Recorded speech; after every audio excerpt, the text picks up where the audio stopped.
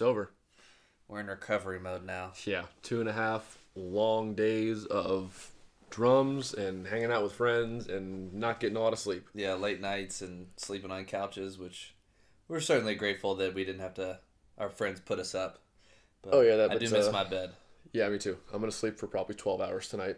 It's going to be great. It'll be glorious. I'm looking forward to it. But just got back into town from Dayton, back into Lexington. Nice car ride home. Yeah, that was one heck of a weekend. Yeah. Saw a lot of really, really good stuff. Few surprises, which we'll get into a little later. Our predictions weren't 100% spot on for Open or Worrell. We got a couple things right, a couple things wrong, and we'll go over that stuff. And mine was pretty far off. Okay, well, I wasn't going to throw you under the bus. But well, one prediction that you weren't wrong about was Chino Hills being one of the cleanest things we heard all weekend. Yeah. I said a few weeks ago that they were probably going to be the cleanest group I heard, and I feel fairly validated and comfortable saying that that's probably accurate. I think that they're either the cleanest or top three, for sure, in my opinion. Definitely top three. I would probably say RCC and X were probably both cleaner than they were. I would say that RCC and X gave up more harsh dirt than they did, though. That's fair. At times. I would agree with that. All right. Before we go any further, welcome everybody to the Aged Out Podcast with Mike Fantini and Evan Worrell. We are... I said that funny. That's all right. You do it every time. Sorry. It's like a thing now. We'll just make it a thing. Make sure remind everyone, make sure you subscribe to the YouTube channel. Follow us on Instagram. Like us and follow us on Facebook to get all the updates of what we're doing next and where we're going and when the latest episodes are being uploaded. So let's dive right in. What was the favorite thing you saw this weekend? Let's do that before we get into analysis of recaps and placements. And my favorite thing I saw was those high school kids throwing down. It was ridiculous. Yeah, if you haven't seen, I just uploaded it a few minutes before we're recording this right now. Go check out our video of Chino Hills on our YouTube channel from their finals day, final run through in the lot, full run through. Their drum set player's stupid. He even makes like the shaker work he did in their ballad was awesome. Like the whole group was just dumb. The front ensemble is so balanced. The battery's balanced. They're just playing crazy notes. They're playing so clean. It's just, yeah, we'll get back into that. But I guess Thursday night we rolled into town. We can kind of go in order of when we got there. We rolled into town Thursday. Got to hang out with everybody, which was great. Yeah. They pretty much finished up prelims and were done rehearsing for the evening by the time we got in there. Then Friday we were able to go in to the shows. Yep, we watched the top 6 Scholastic World groups inside on Friday for semifinals, and then watched the top 10 from, I think, Atlantic Quest on for semifinals. I think Atlantic Quest was the first group we saw. Yeah, Atlantic Quest. So yeah. I think that was top 10. So Atlantic Quest all the way through RCC. And something interesting to me is there wasn't a whole lot of movement by the groups over the 3 days in an independent world at the top.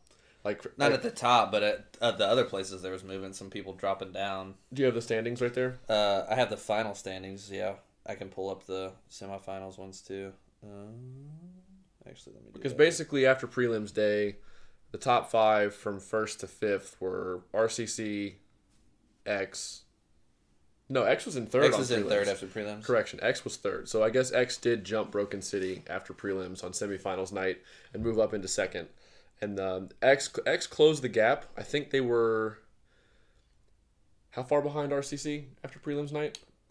I don't remember how far after prelims, but at semifinals it was like 0.5. So yeah, I think it was almost a point behind RCC after prelims night. And then semis, they jumped Broken City, and then we're like half a point behind them. And then finals night, they got within, like, I think the end gap was like 0.3 or 0.35. So they almost pulled it off. I think talking to the staff and everything, each run was better each day. Yeah. So they peaked at the perfect time. They peaked finals night. And you got to really just give credit to RCC. Yeah. I was way super impressed with them. The show read so much better in person yes. than on the stream. Yes. Which is obviously what you want. Yeah. If you're designing and but performing. Everything about it, it was... And I didn't really know this until this weekend, but I noticed a few things like familiarities from previous RCC shows, but that was like the whole thing was based on. They had callbacks to all kinds of different things. They did the totem like body hop across the floor at one point. They had the snare drum from the 2007 show that the little kid that's what I was going to point out. Mike Jackson's son? I think that was Mike Jackson's son, possibly. Someone correct us in the comments if that's wrong. He played a snare drum, tiny little snare drum, at the end of their RCC 07 show, and they brought that snare. I don't know, nobody played it, but they had like this. It was almost like an art exhibit. Yeah, like they had a square box that was basically an art exhibit of all their stuff. They were hanging up like the paintings that like had references to past tarps that they had used and stuff like that. It was really, really tastefully done, very creative. The execution was bar none. Like, I've never seen human beings move while wearing a drum like RCC did this weekend. I felt like I could just watch the show on mute and still enjoy it. So when you're teaching kids how to march, you use the whole phrase of, if we were to cover up your lower body and nobody could see it, separate the bottom and upper half. Yeah, the idea would be to be able to, it would look like your upper body's floating across the field or the floor or whatever you're marching on. And I feel like I've never really seen anyone actually achieve that, because it's just really hard to do. And especially on outdoor when it's like uneven surfaces. Potentially, yeah. And they did it. I've never seen a group move like that. It was fun to watch. I've seen individual performers move like that if they're just like very, very talented and coordinated like that. But I've never seen an entire ensemble move like that together. Yeah. Like there was almost no leaning in a direction. That was, I know I'm hung up on that, but I was just super impressive. It's kind of crazy because like if we talk about the groups that were in silver medalists, both in Independent World at Rhythm X and Scholastic World with Dartmouth, those shows and those ensemble played well enough and had great shows to win. They probably would have won on any number of other given years. Yeah. But just RCC was just really good also and very deserving to win, and Chino Hills was unbelievable. Chino Hills in Scholastic World, Chino Hills was in a league of their own.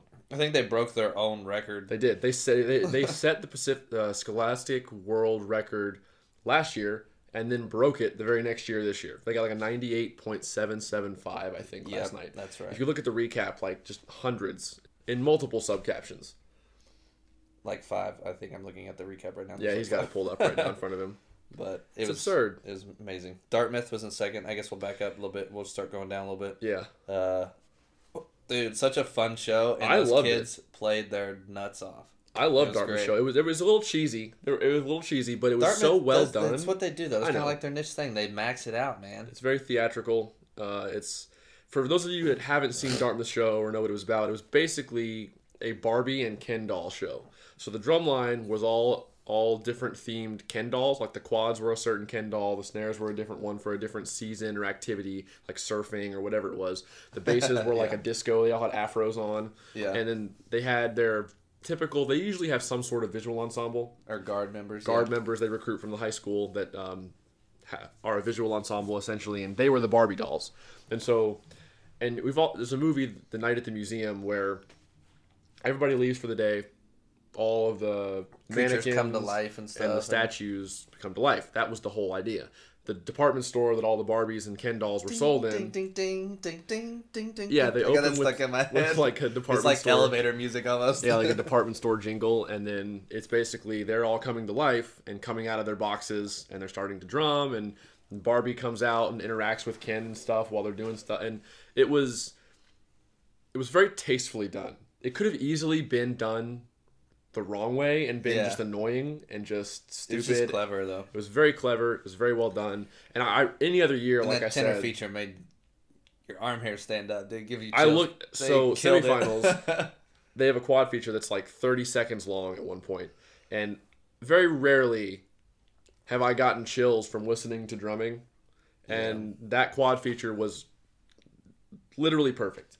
I looked at him and pointed to my arm, and the hair on my arm was standing straight up after it ended.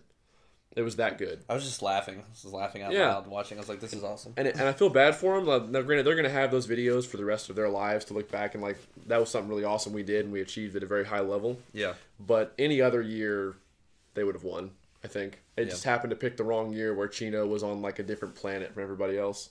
Yeah. And then Arcadia was third, Ayala fourth. Both of those shows were pretty weird to me. They were, Ayala's show was really weird. I didn't get it. Yeah. Yeah, the blessings or something. Yeah, I didn't get it. Chairs. But then Franklin Central was 5th. Good for them.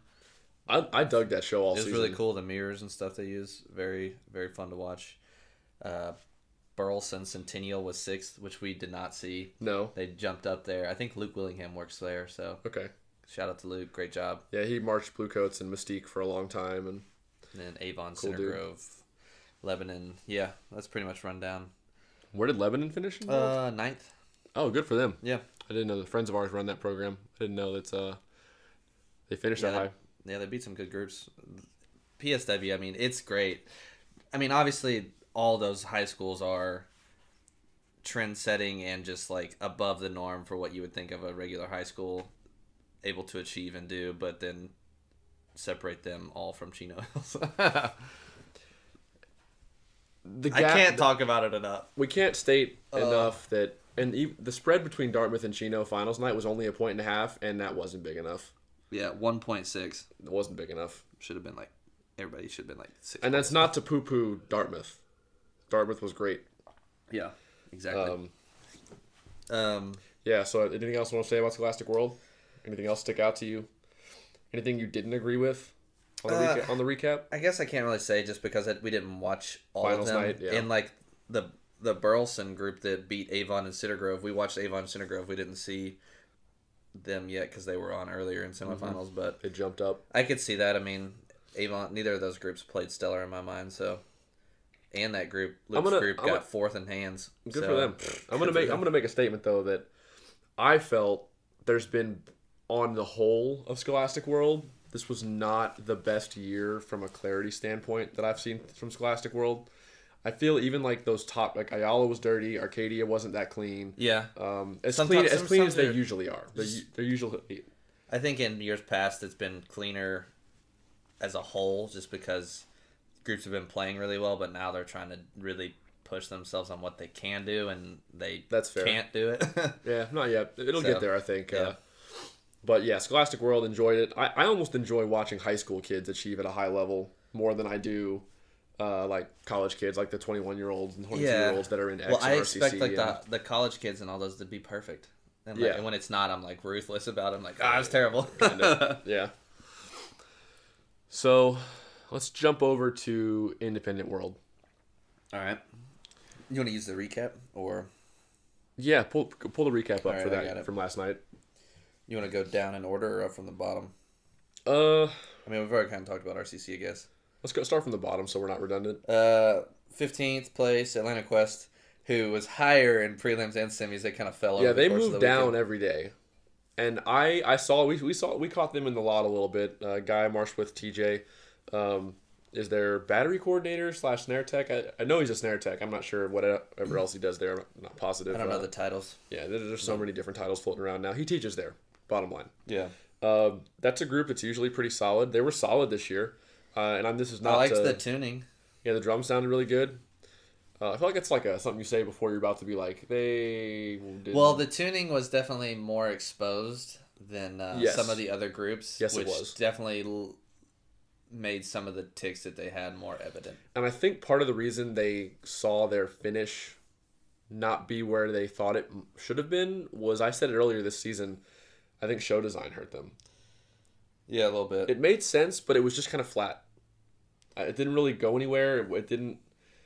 It just didn't do a whole lot for me. Did the angel show? Yeah, which is a cool Those concept. Angel wings were cool. That was really sweet. The chicks' angel wings in the front, like show starts, they're folded in on their back and they just expand out. And they were huge. Yeah, that was really cool. But overall, I think the show hurt them.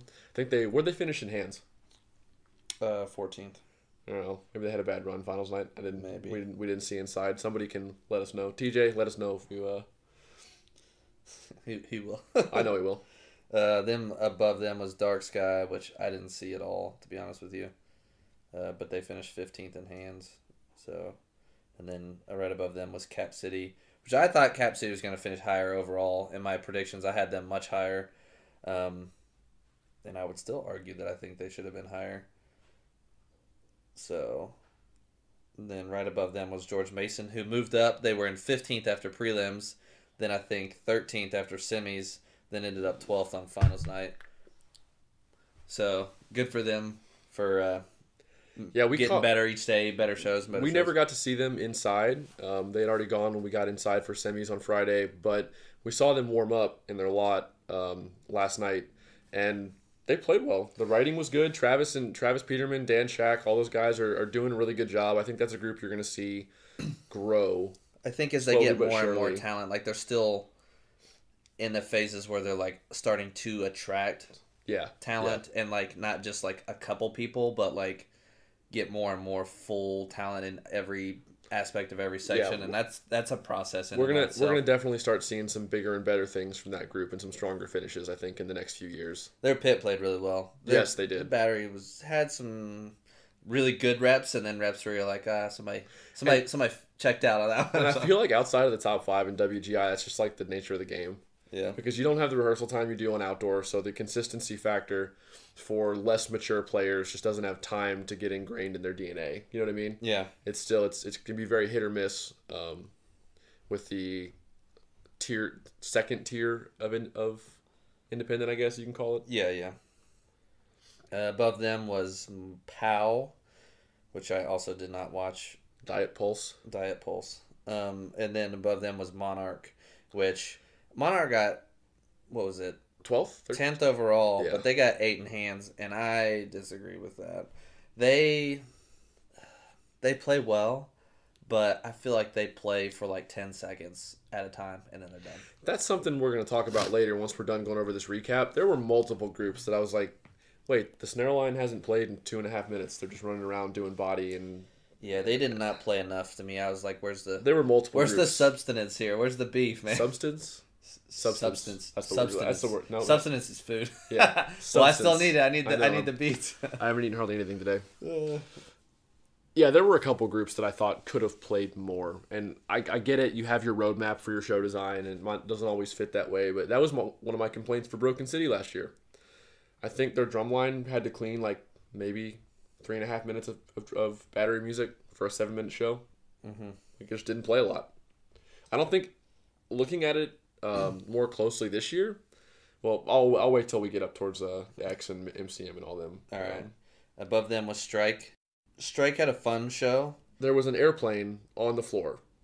If you haven't seen their show, do yourself a favor. It's worth watching. It was very interesting. It was a cool idea. There's a short clip of it on our Instagram page. Yeah, you can check out that. The snares are playing on top of the plane. Yeah, which is really cool, but I also don't understand how they didn't get any kind of like prop penalty.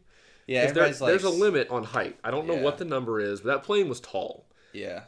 And there's no way it was under 6 feet off the ground. No, but I don't think the rule is props can't be taller than 6 feet. Well, they can, but if they are taller, then you have to have proper like railing or support or harnesses or something like that. Well, something like that. I don't know how they got away with it, but they obviously did because there was no penalties that happened. But yeah, they have this plane. It's an actual plane. It's a plane that has flown before in the skies.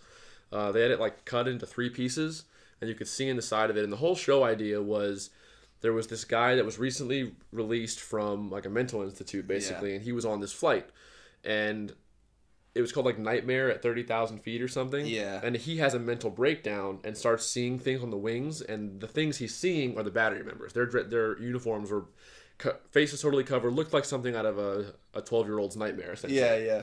So they're like messing with the plane, pushing it around, climbing all over it, drumming the whole time. It was very, very cool, very well done. They played pretty well. They got 9th?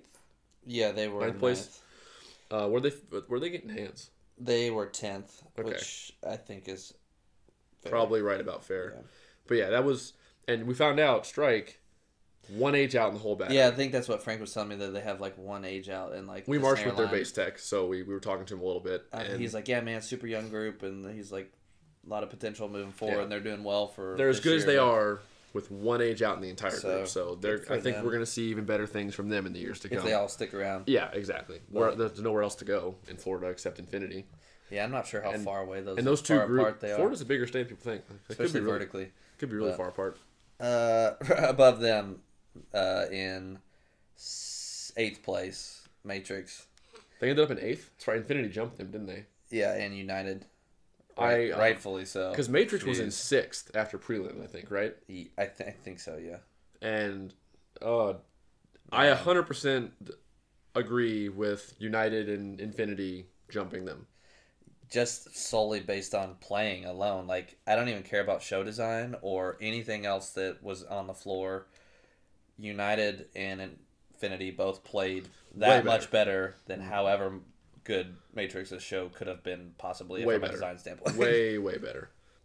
And Matrix's show, I really didn't have any issues with it. I understood. Although their TVs did not work on semifinals day, so hopefully they did finals. I didn't ever ask anybody. I'm sure but none of their TVs worked.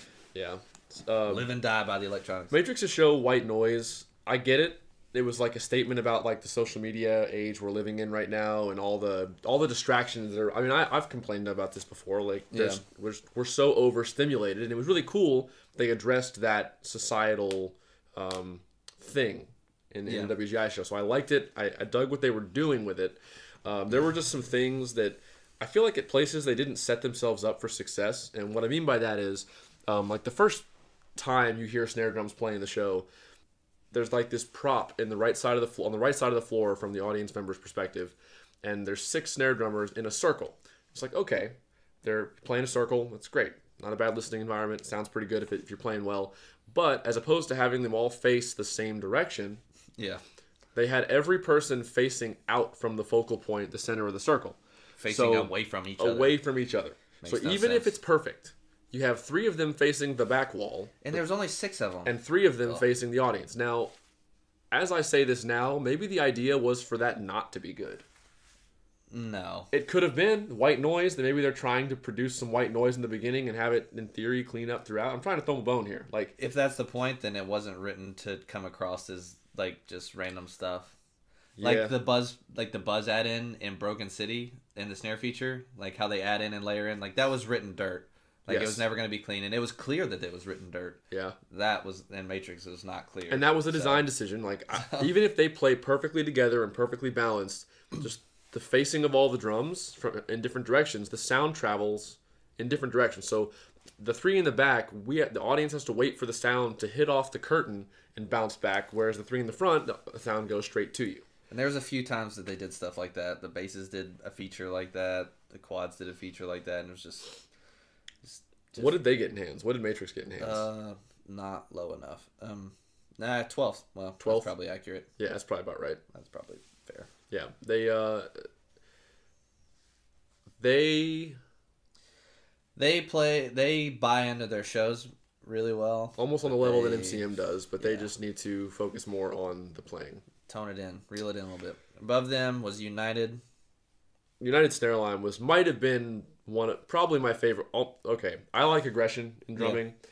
All 8 of those dudes, or girl, I don't know if there's girl in the snare line, whatever. All 8 of those people hit the hell out of the drum. They did not lack sound quality. No. and that works, is everyone's like, oh, well, you can't it's like if everyone does it the same way, like Chino Hills, they don't hit the drum very hard, but everyone does it, so it cuts and it blends and it projects. United, it didn't come off as harsh or overbearing or as poundy. Just using velocity. It was just aggressive. They had tons of velocity behind the string. That's that East Coast stuff right there. That's just how it's always been. And it sounded beefy and meaty, and they were playing a lot of notes. Their snare line was really good. They were very, very, very good, and it was a lot of fun to watch. You got fifth in hands. Yep. We talk a lot about fifth in hands, fifth in music, winning the music captions, this, that, because at the end of the day, it's drums, and that's what I want to hear. I want to hear clean beats. Like, the show designs are great. It's cool. The visual, like, there's a lot of really cool visual stuff that happened, but did you play well or not? Yep. So, because no matter how good your show is, if you don't play well, it's not going to matter. Yep. All right. In sixth place, Infinity. So they're poking right around the corner there. I think like was there the show that I looked at you after I saw it and said, that's just the epitome of drums in a gym to me? The sleep. It was a dream show. The dream show. So there was like and I get it, but it's just, it didn't do anything for me. Yeah. It wasn't exciting, really. Like, they had a couple of cool moments with some stairs, some props and stuff they got on top of and drummed. And they were another one of the groups that did the split pit, where pit on each side, side A, side B, side 1, side 2, whatever you want to call it. There's a lot of that, and I did not appreciate it. I think that's a trend you're not going to see stick around. Yeah, I think people are realizing, like, we tried it, and it was risky, and it did not reward us.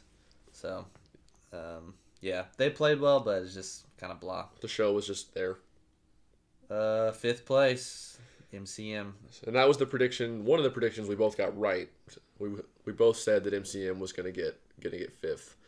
How far behind Pulse were they in number? Let's see. MCM had a 94.8, and Pulse had a 96.8. So 2 points. That's about right.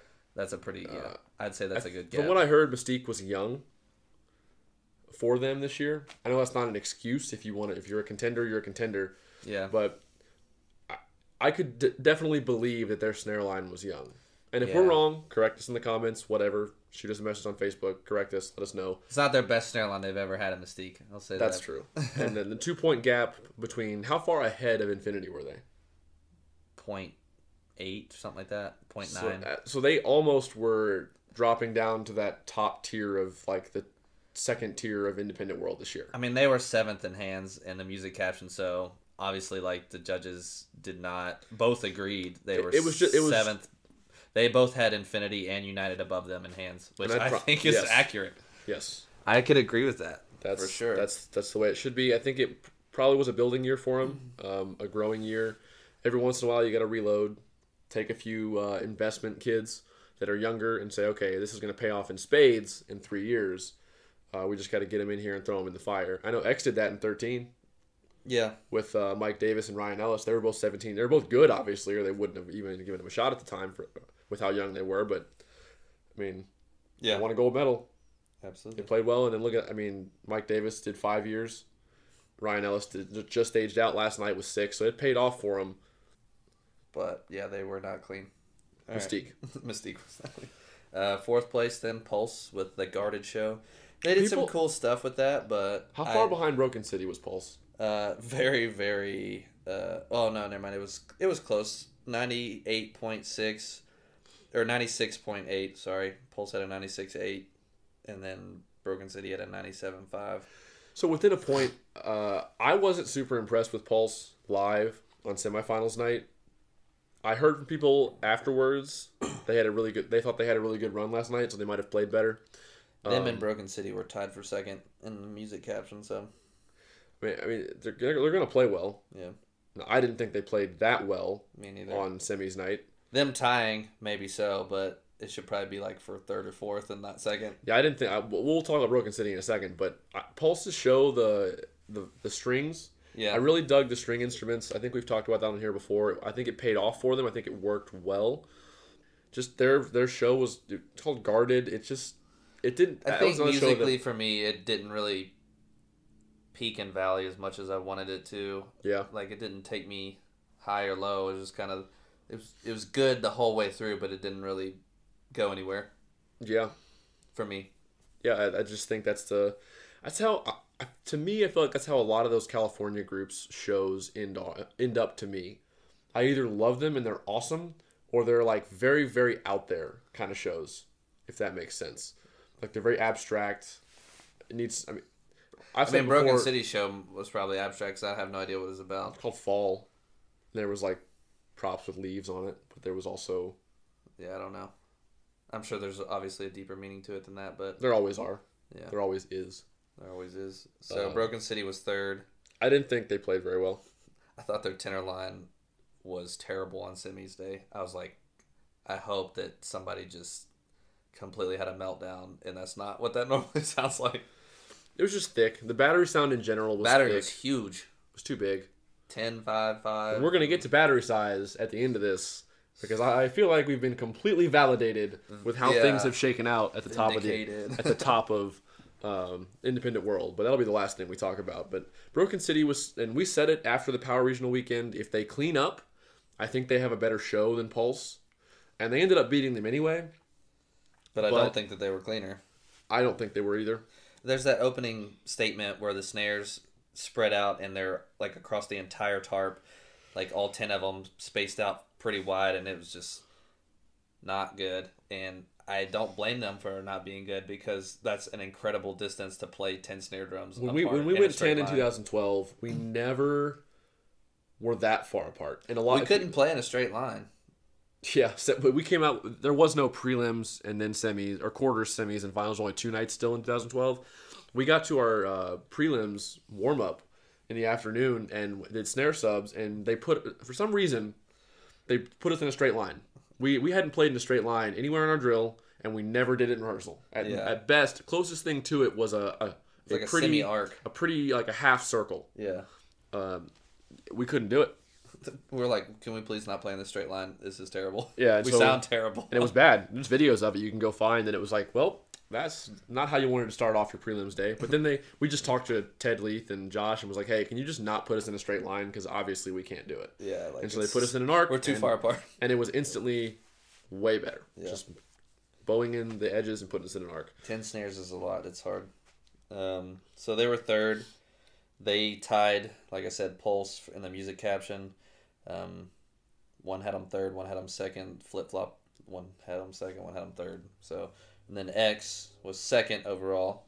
They were .0125 ahead of Broken City in score, which in my opinion is too small. I think that gap should have been a lot bigger. Because clearly, if you watch the shows, RCC and X were in like their own little mini battle up at the top above everybody else. Mm-hmm. And then one judge had X first in music and the other in fourth. And then the other had RCC in fourth and X in first. Or like they flip-flopped 4-1, 1-4. Yeah. Which is kind of interesting. I think that X and RCC were both definitely the best two groups that also played the best with the best two shows. That is an accurate statement. So no matter which way it shook out, whoever won the gold medal, it would have been correct. Yeah. Both groups were deserving of the X gold medal last night. deserved to win, and RCC deserved to win. But I do think that RCC played better, at least in the lot and in semifinals. Inside on semifinals, they played better too. I really... And that's not saying X played bad, but RCC I just thought played better. I think X's show... I don't want to say... Because it was a very good show. It was very exciting. Had tons of GE. Read very well. It made sense. It's the best show they've had since 13. Yeah. Yeah. Yeah, it is. So, but I think fans get wrapped up in the excitement factor in a show a lot. They had the most exciting show. They did. Absolutely. And where I'm going with that is you can't let it blind you to the nuance from the execution and technical deficiencies that are there or potentially are there. Yeah. Because I really think RCC, from a playing standpoint, I think they were just better. Yeah, I think, Not by a lot. I don't think it was by a lot because we watched them. RCC played better on the floor semifinals night than X did. In the lot, which I know doesn't matter for placements, but it's usually a pretty good indication of what's going to happen inside. I thought RCC gave up less stuff. They both gave up some. Yes. But RCC gave up less. And I felt like when they did give it up, it was smaller. Like, it was like, this person, like, fuzzed this out and locked back in. Whereas there were times in X's lot where... It just wasn't vertically aligned section to section. Exactly. And that never once happened when we were watching RCC. Yeah. So I really just think, after seeing them in person, I know I wasn't high on them. I don't think either one of us were very high on RCC. Yeah, I thought they were going to finish like third yeah. or fourth. And they completely proved us wrong. Completely threw it in our faces. Either group would have been deserving of a gold medal, depending on the opinions of the judging panel that night. But how many quads did X have? 5? 5. So they were 8, 5, and 5. Now let's talk about this. RCC 7, 4, and 4. They were 5 bass drums, but they lost a bass drummer finals week or down the stretch somehow. They had 4. They had 4 bass drums, but 7 snares, 4 and quads. Those 4 bass drums cover those parts, and you could not tell. I had no idea. Dang, good for them. I thought they just went 4 just because they wanted a smaller battery. But 7 snares. And we've been preaching all competitive season. Less is more. Less is more. You don't need 9 snares to win a gold medal. Other groups had to try to clean 2 extra players more than RCC did, probably with a lot less talent. And hopefully, I really hope, the fact that they won with 7, a lot of the I don't want to. Okay, well, just less People talented feel groups more comfortable taking small groups and not feeling like they have to be big to be compete. validated or to be Exactly. Yeah. If you only have 7 good snare drummers, march 7.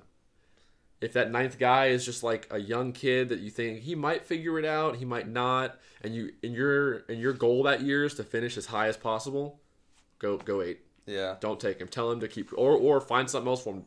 See if he wants to play rack. See if he can play mount. Whatever. Go smaller. You can still do well. And we talked about that with another friend of ours, and I won't say the group just because whatever. But they were talking about like, oh yeah, we have this person is at the height of the snare line, and they've done this, and they have this experience. But like we had some kids that probably didn't really deserve to be in a world-class snare line. It's like, well then don't. Yeah, it doesn't. You're only as good as your worst link. Yeah. Doesn't matter how good the best guy is. Some other guy will ruin it for him. Your floor has to be as high as possible. So your floor has to be as high as possible. So I was very, very happy. And I think it's even if RCC hadn't won, I think it would have still proved that point. yeah, I mean they were up there. I mean, what? Even if they'd gotten 3rd or even 4th, he'll just show you can finish in the top with the smaller drum with the smaller battery. Top 2, 7 and 8, 7-man snare line, 8-man snare line. Yep. 4-man quad line and RCC 5. Well, for the max at 5, but they were good. Yeah. So, yeah. That's guess our validation for small.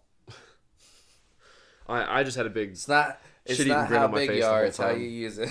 Oh Jesus! I'm just kidding. He went there. Yeah, but yeah. Well, I mean, Broken City was huge, but their snare line was huge, but they did not play together, so didn't matter. Nope, it did not. And having 10 and 12 really didn't. We pulled it off, but it didn't help us at all on how we finished. No, I mean we ended up playing well, but it was a fight all year, and definitely didn't help us place better, I guess. No. Nope. But yeah, man, it was a good weekend. Lots of great stuff. We saw a lot of great groups, a lot of really talented drumming going on. We were talking to a bunch of people about how even though maybe there was more ticks flying in some of like the high up groups, the overall standard of WGI and the overall quality, the body of work is pretty high. The average is getting higher. Yeah. The average group is getting better than the average group was 6-7 years ago. And it's so cutthroat. I mean, there was like, what, 27, 28 groups that were in There's PIW or something like that? 35 open groups and 20... There's at least 26 or 27. 28 maybe more. world groups. Yeah. So before I forget real quick, I just remembered this. Our prediction for open class was not wrong, I don't want to say, but it kind of was. We were saying Innovate was going to medal. They ended up getting 5th, which is still a very, very respectable finish out of 35 open groups. But the 3 groups that beat them, we'd never seen. And one of the things we also we back-ended every time we said Innovate was going to finish well. We said there's a lot of open groups we haven't seen. There's a lot of open groups that are very solid every year that we hadn't seen yet. The one thing we can comment on is that Connexus jumped Innovate and beat them at finals, which I'm skeptical. I was not expecting that. I'm skeptical of that. Maybe Innovate had a terrible run. I thought Innovate had a superior show to Connexus. But we also weren't there. We were not there. So. We didn't watch the runs, so we'll have to just trust what the old judging community said about that one. Yep. But overall, it was a great weekend. It was a lot of fun. We were able to see a bunch of friends and hang out and catch up and watch a lot of good drums. Yeah. We also got the opportunity to sit down with Tom Rarick, who was the arranger, percussion arranger for the Blue Coast Drum Bugle Corps. Great guy. He's actually, I didn't realize it fully. He's like, we come from the same drumming lineage almost. He was marching cadets in the early 90s when the guys that taught Evan and I how to drum were marching cadets with him or going to Morehead State with the guys that marched cadets. So they all, it's pretty interesting. Little drumming family tree there. Yeah, I didn't realize that. So yeah, look, the next podcast after this is going to be our 45-minute or so sit down with Tom, just talking about everything, his background, his the activity in general, what he thinks about where it's going, arranging experience and show designing, and also judging WGI because we got to talk with him before he judged finals night. Yep, which was pretty sweet. Obviously, we didn't talk about the competitive stuff of later that night, or we really didn't talk about anything going on competitively this season. Really. Would have been in bad taste to do so. Yeah, for sure. So we kind of left that alone. But yeah, so let's wrap this one up. It's kind of just a quick rundown of our weekend and opinions about what we saw at WGI Finals this year. Yeah. I'll reiterate: subscribe to the YouTube channel, follow us Instagram, Facebook. Keep telling your friends. Yeah. We've seen increased growth in the channel and the Instagram page in the past month or so with the WGI hype. Word of mouth is the most powerful advertiser. We've got some pretty interesting big plans down the pipeline for if this whole project continues to grow. So that's all I pretty much got. We'll be back in 2 weeks with our Tom Rarick interview. Peace.